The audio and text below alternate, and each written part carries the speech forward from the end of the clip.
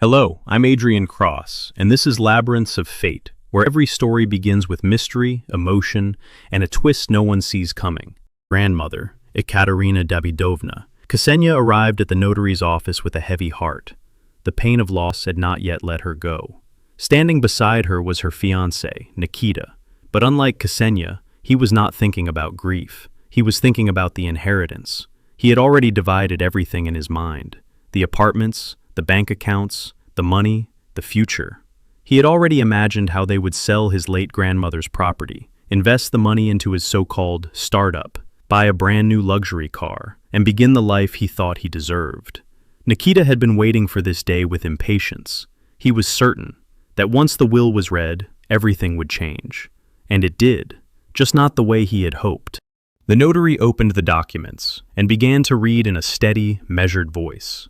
A two-room apartment and the bank accounts were left to a distant relative. The summer house went to a cousin, and to the granddaughter, to Ksenia, there was only one thing left, an old rotting hut in the A. But unlike Ksenia, he was not thinking about grief. He was thinking about the inheritance. He had already divided everything in his mind. The apartments, the bank accounts, the money, the future. He had already imagined how they would sell his late grandmother's property, invest the money into his so-called startup, buy a brand new luxury car, and begin the life he thought he deserved. Nikita had been waiting for this day with impatience. He was certain that once the will was read, everything would change. And it did, just not the way he had hoped. Ksenia stayed where she was, silent, motionless, staring into one point.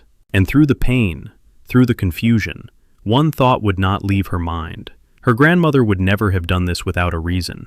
Never. Which meant only one thing. The house was hiding something. A few days later, Ksenia went to Zalesia. The village greeted her with silence, damp air, and the heavy feeling of abandonment. The fence leaned sideways. The yard was overgrown. The wooden walls had darkened with age. And all around the house, there were marshes, stillness, and a strange, oppressive quiet. The hut looked miserable, as if it had long ago been forgotten by everyone, as if time itself had stopped there. Ksenia stood in front of it and said nothing. Yes, it looked hopeless. Yes, it seemed worthless. But deep inside, she still felt that her grandmother had left it to her for a reason. So Ksenia stayed. She decided to clean the house, sort through the rooms, and understand why this place mattered. Then, unexpectedly, Nikita returned. But now, his anger was gone. Now he was calm, polite, practical. Too practical. It turned out that one of his realtor friends had told him that land in this area might soon rise sharply in value. There were rumors that a luxury settlement would be built nearby. And suddenly, the old hut didn't seem so useless anymore. "We should sell it," Nikita said. "It'll be enough for the wedding, and maybe even for a decent car." He said it without even looking at Ksenia, as if the house already belonged to him, as if her inheritance had already become his money. Ksenia said nothing, but now she understood. He hadn't come back for her. He had come back for the house. The next day, while cleaning one of the small rooms, Ksenia heard a strange sound, a faint creak, soft, but different. She froze. Then slowly, she stepped closer to the corner of the room. The floor there sounded hollow. Ksenia frowned, knelt down, and looked more carefully. There it was, a thin cut in the floorboards, old, neat, deliberate. Her heartbeat quickened. With trembling hands, she took an old axe and carefully pried the boards open. Then she froze. There was a hidden compartment beneath the floor. Inside it lay a small metal box, rusty, dust-covered, forgotten. Ksenia slowly lifted it out and opened it. Inside were old papers, a journal, several documents, and a sealed glass vial. At first, none of it made sense, but as she began turning the pages of the journal, the blood drained from her face. One name caught her eye: Natalia, Nikita's mother. Ksenia stared at the page, unable to breathe for a moment. That was impossible. Nikita had always told her that his mother had died of heart failure when he was only 3 years old. But the journal told a different story. These were not ordinary notes. These were records, medical observations, dates, treatments, mentions of secrecy, mentions of hiding, mentions of protection. This was not a simple illness. This was something else, something buried, something dangerous. And suddenly, the old hut no longer felt abandoned. It felt as if it had been waiting for her. Not knowing who else to trust, Ksenia took the documents to the local paramedic, Artem. Artem was a serious man, quiet, observant, the kind of person who didn't speak much, but noticed everything. The villagers respected him. He had known suffering, too. He had lost his wife, and for a long time, he had been trying to get his daughter back from his mother-in-law, who had taken custody of the child. Artem studied the papers, page by page, line by line, and the more he read, the darker the truth became. Nikita's mother, Natalia, had not been an ordinary woman. She had been a gifted chemist. Years earlier, she had created a unique healing ointment based on rare marsh herbs. Its formula was extremely valuable, so valuable that powerful people had wanted to get it at any cost. That was why Ksenia's grandmother had hidden her in Zalesia. She had bought the house, taken Natalia there, and protected her from those who were hunting for the formula.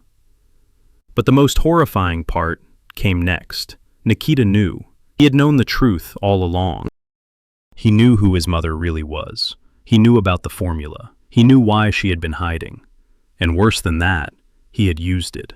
He had blackmailed his own mother, demanded money, threatened her, pressured her, and little by little, he had driven her to the grave. When Ksenia heard that, everything inside her turned cold. Now it all made sense. His greed, his sudden return, his obsession with the house. He had never wanted the hut itself. He wanted what was hidden inside it. From that moment on, everything began to move faster. Nikita understood that Ksenia had found something, and he was not alone.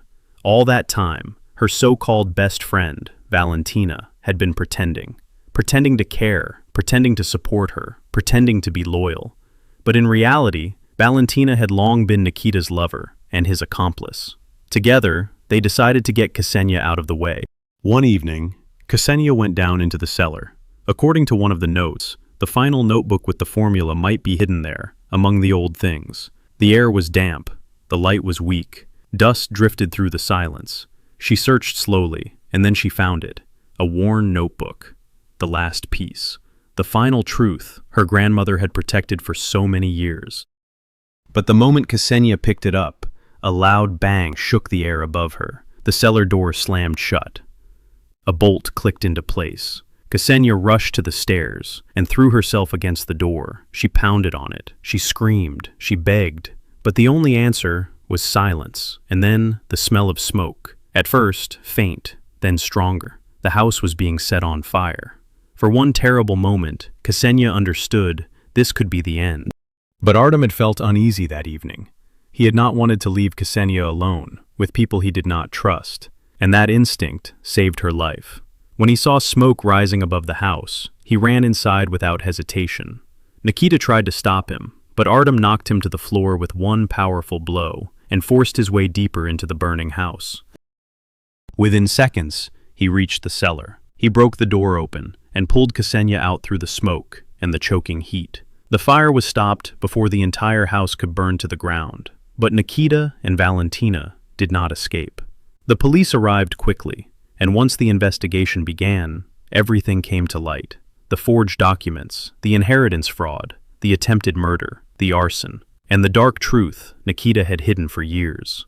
The notebook, the journal, and the documents from the hidden box became the key evidence. At last, the truth could no longer be buried.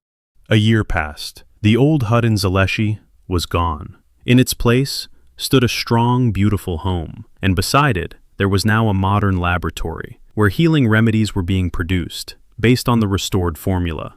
Ksenia had not only kept her grandmother's inheritance, she had preserved the truth for which others had once suffered so much.